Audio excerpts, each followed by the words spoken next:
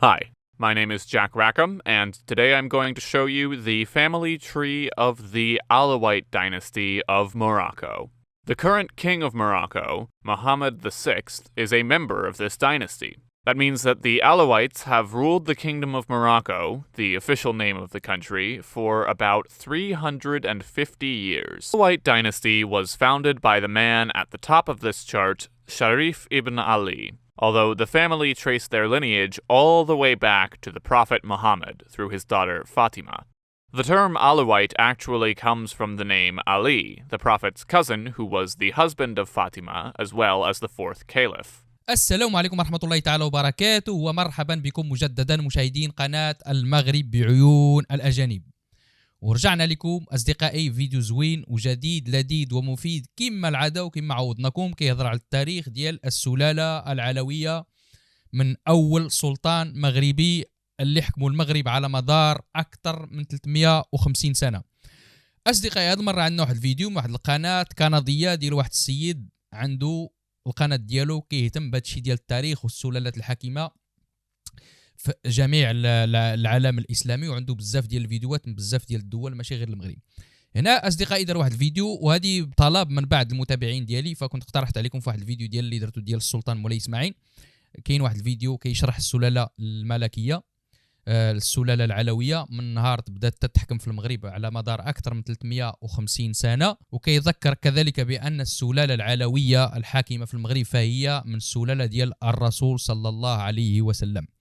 أصدقائي بلا ما نطول عليكم، فيديو زوين وشيق وفيه بزاف ديال المعلومات، ولكن كنقول لكم المشاهدين إلا كاين شي أغلاط تاريخية شي حاجة ماشي هي هذيك، فأنا راه ما كنتحملش مسؤولية ديالها. أنا القناة ديالي فقط كنقول لكم الرأي ديال الغرب في المغرب، هذا الدور القناة ديالي.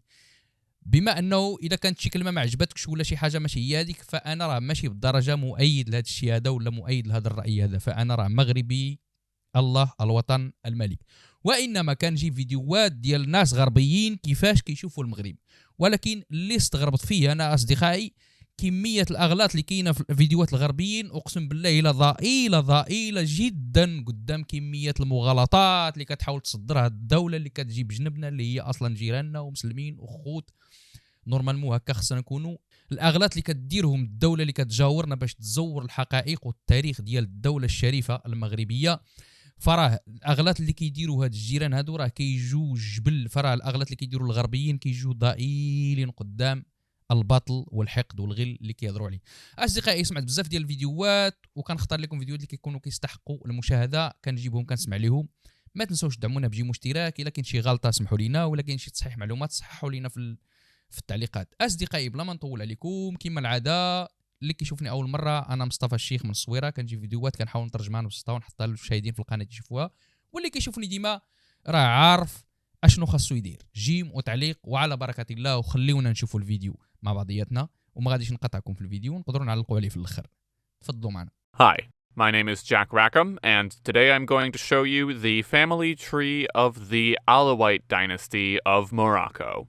The current king of Morocco, Mohammed VI, is a member of this dynasty. That means that the Alawites have ruled the Kingdom of Morocco, the official name of the country, for about 350 years. We will be going over how they established a sultanate that reached a golden age under a ruler who supposedly had 1,000 children to the time when it came under European domination, and we will end with the present day in which it is now one of the most stable monarchies across the Islamic world and Africa. The Alawite dynasty was founded by the man at the top of this chart, Sharif ibn Ali, although the family traced their lineage all the way back to the Prophet Muhammad through his daughter Fatima.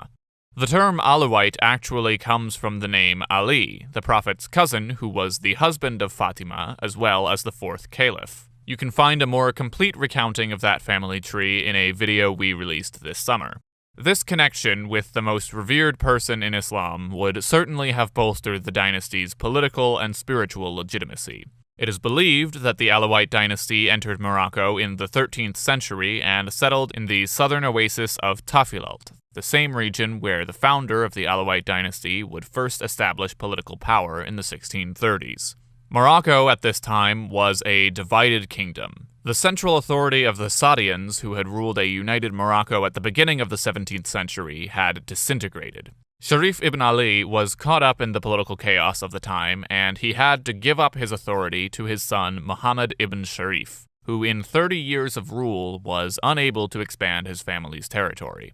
On the other hand, his brother Rashid ibn Sharif can be argued to have been the first Alawite Sultan of Morocco. After killing his brother Muhammad in 1664, Rashid ibn Sharif set his sights on the rest of the country. Within a few years, he had conquered eastern and northern Morocco, including the important city of Fez.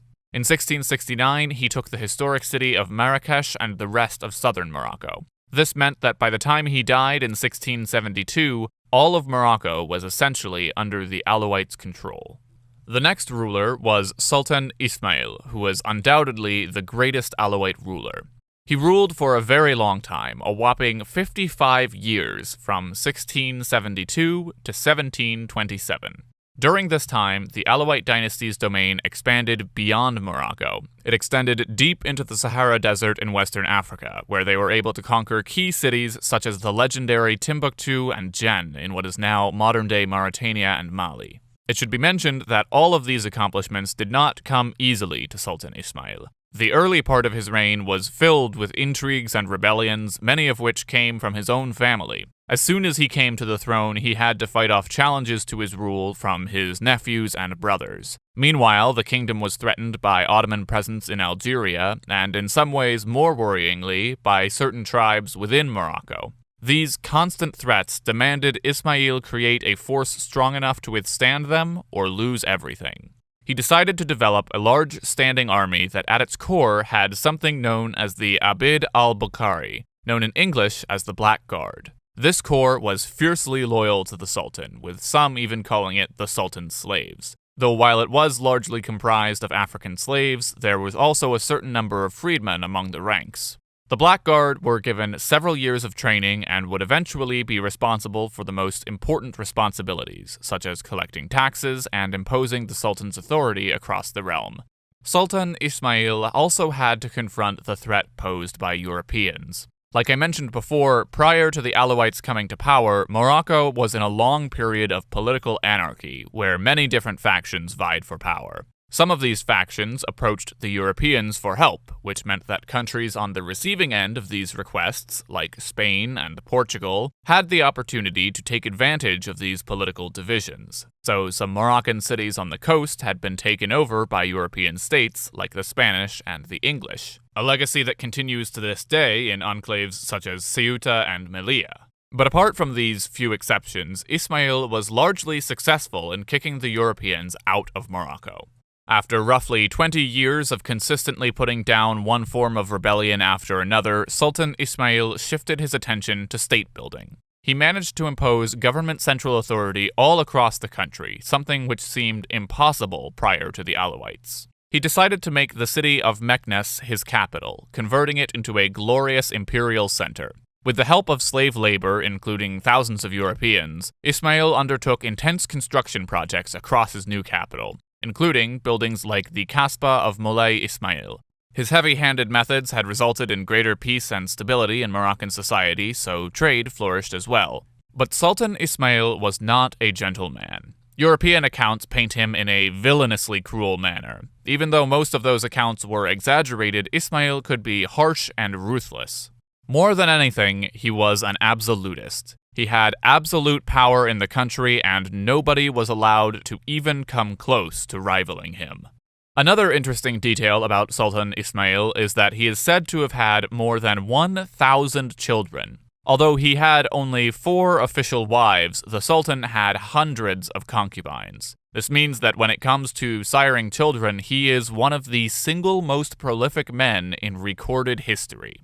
But unfortunately, the stability and prosperity he brought did not live beyond him. Sultan Ismail died in 1727, over 80 years old and having ruled for 55 years or so.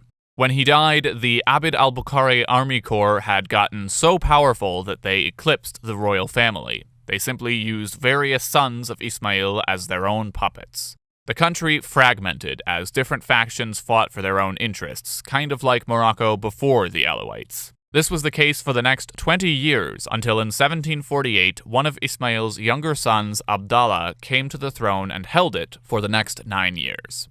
In 1757, Sultan Muhammad III came to the throne and had the task of rebuilding a country that had been devastated by 30 years of conflict. Yet in some ways, the previous 3 decades of devastation could be seen as a blessing in disguise for Sultan Muhammad. This is because it allowed him the opportunity to establish Alawite power in Morocco with different principles than his grandfather Ismail had done. From the get-go, Muhammad went after the Abd al-Bukhari, removing them from key positions and even leading massacres against them. Instead, he looked to use the tribes of Morocco as the backbone of his army. Yet in this regard, he much preferred to use diplomacy rather than to force the tribes into submission as his grandfather had done. Sultan Muhammad was also given the unenviable task of rebuilding many Moroccan cities after the disastrous earthquake of 1755, which brought widespread destruction to Morocco, Spain, and Portugal. Commercially, Sultan Muhammad opened the country even more by signing numerous trade treaties with European nations. This focus on commercialism allowed him to tax his citizens less, thereby further distancing himself from his grandfather and his harsh tax collection policies. Sultan Muhammad also made Morocco the first country in the world to recognize the newly formed United States of America in 1777, just a year after its declaration of independence. For all the good Muhammad did in his reign to get Morocco back on the right track and to distinguish himself from Ismail, he too failed to secure a stable succession. Upon his death in 1790, the country fragmented once again, with Muhammad's rebellious son Yazid being proclaimed the official sultan. But he would die 2 years later and be succeeded by his brother Suleiman. He himself had to deal with the fallout from his father's death, and it took him 6 years to control all of Morocco. Known as a scholar and a pious man, Suleiman had an orthodox religious outlook and even appreciated certain elements of the Wahhabist doctrine, which spoke of going back to a pure Islam without innovations. Suleiman reduced the amount of trade that was done with European nations as a result of the lack of trust he had in them. Despite having a fairly stable reign, in 1822 he was defeated and captured by the forces of a local religious leader. He died from natural causes soon after being released from captivity and was succeeded by his nephew Abd al-Rahman. Morocco's finances were in poor shape during Abd al-Rahman's reign. To fill his coffers, he turned back towards foreign trade, but he also decided to try to reinvigorate the dying practice of piracy. But this served only to produce confrontations with European nations such as Britain and Austria. In fact, Abd al-Rahman's reign is pivotal because it's really in this time when European involvement in Morocco begins to undermine Moroccan sovereignty. And so it was in his reign that external matters can be said to have mattered more than internal ones. In 1830, the French invaded neighboring Algeria, and the Sultan was caught in a difficult position of being implored by his Muslim subjects to defend fellow Muslim Algeria from a Christian power. But at the same time, knowing that his army stood no chance against the organized and advanced army of the French. Eventually, an Algerian resistance leader waging jihad against the French colonizers crossed the border to Morocco and was warmly received by many Moroccans. This was enough to provoke the Franco-Moroccan War of 1844, where in the space of 2 weeks the Moroccan forces were utterly routed. At the subsequent Treaty of Tangiers, Abd al-Rahman was forced to recognize the French takeover of Algeria. After this, the Sultan was convinced that he had to do what other Muslim rulers across the Islamic world were doing to counter the potential threat of European colonialism. That was to modernize his army. But Abd al-Rahman could not achieve this before the time he died in 1859, and that very same year the Moroccans went to war with the Spanish. The new Sultan, Muhammad IV, was defeated and forced to pay a large fee of 100 million pesetas as reparation to the Spanish. This huge sum forced the new Sultan into a serious debt, one that was inherited by his son and successor, Hassan I, who came to the throne in 1873. He shared his predecessor's belief that modernization was critical, but the economic reality of Morocco ensured that not much progress was made in this regard. The Sultan could not raise enough taxes from his rebellious citizens, and at the same time, Moroccan artisans and business owners could not compete with the mass production of industrialized Europe. So Morocco was forced to engage more and more in foreign trade with the same European nations they were afraid would colonize them. In time, this manifested into commercial privileges that were resented by Moroccan society, especially by the religious class known as the ulama, because to them it showed greater European penetration of Morocco. This goes to show that Hassan I suffered the same conundrum as his grandfather Abd al-Rahman. He found himself in a difficult position between two dangerous foes to his authority, the Europeans and the Moroccan citizenry. But despite all these issues, Sultan Hassan was able to put down the various rebellions against his authority and still work towards modernizing Morocco. Next we have Sultan Abd al-Aziz, the son of Hassan, who succeeded his father in 1894. The issue of keeping European imperialism at bay intensified during Abd al-Aziz's reign. This was best demonstrated by the First Moroccan Crisis of 1905 to 1906, where Germany wanted to challenge France's growing influence over Morocco. It was resolved with the Algeciras Conference in 1906, where French influence over the country was upheld. But as all these external matters were being dealt with, Abd al-Aziz was losing more and more legitimacy with his own people, to the point that he had to step down in favor of his brother, Abd al-Hafid, in 1908. It was not until 1909 that Abd al-Hafid was able to assert his authority over the entire country, though. But the precedent of growing European domination over the country's affairs had already been set. In 1911, there was the Second Moroccan Crisis, again between the French and the Germans. This was a major international crisis which can be seen as a prelude to World War I. The crisis was concluded with Morocco losing its independence in 1912 to the French after the Sultan signed the Treaty of Fez, which established the French protectorate in Morocco that would last until 1956. Abd al-Hafid abdicated a few months later in 1912. He was succeeded by his brother Yusuf. Later that year, the Spanish Protectorate of Morocco was also established, which gave Spain control of two strips of territory in northern and southern Morocco. But since the Sultan wielded little authority anyway and was seen as a puppet of the French or Spanish, a non-Alawite claimant to the throne burst onto the scene in 1912. Ahmad al-Hiba proclaimed himself Sultan and was accepted as such by various prominent cities throughout southern Morocco. But he was defeated in battle by the French in 1912 and subsequently lost his authority.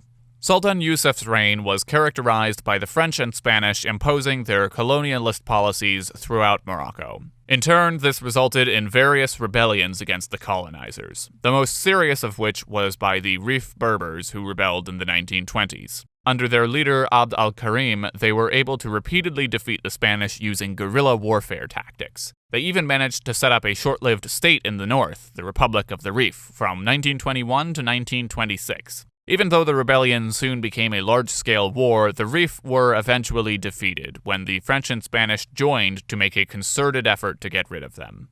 Also in this time, Sultan Yusuf moved the nation's capital from Fez to Rabat, where it has since remained. Yusuf died in 1927 and was succeeded by his son, Mohammed V.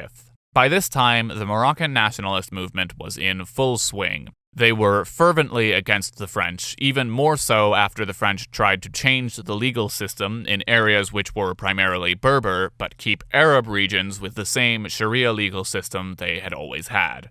To Moroccans, this was an attempt to divide and conquer them, and even more problematically, some nationalists viewed this as the Christian French trying to remove Islam from Moroccan society, a super touchy subject for all Muslim countries in this period. Large protests followed. Even the young Sultan Mohammed V complained to the French. Regardless, the French colonialists put the protests down and passed the legislation.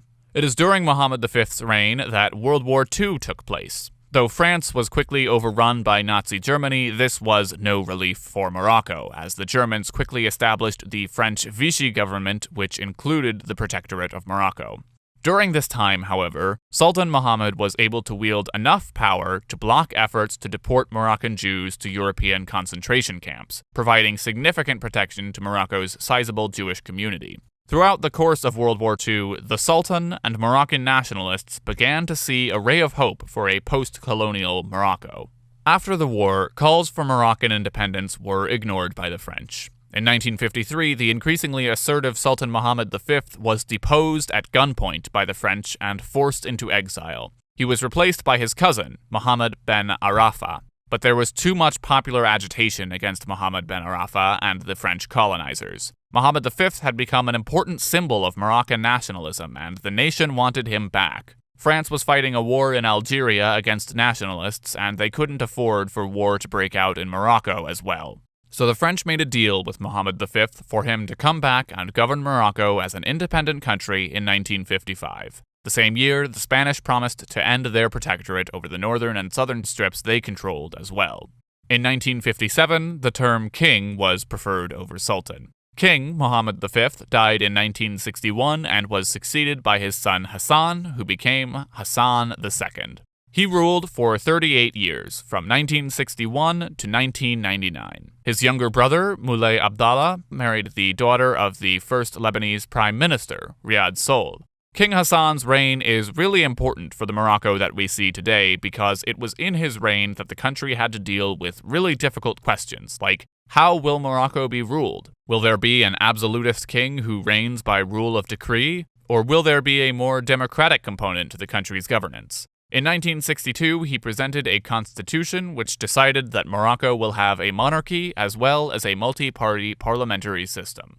But almost immediately, King Hassan initiated a period known as the Years of Lead, which were characterized by a strongman authoritarian style of governance that led to thousands of dissidents being jailed or killed. This turbulent part of Moroccan history included two prominent but failed assassination attempts at the king in 1971 and 1972.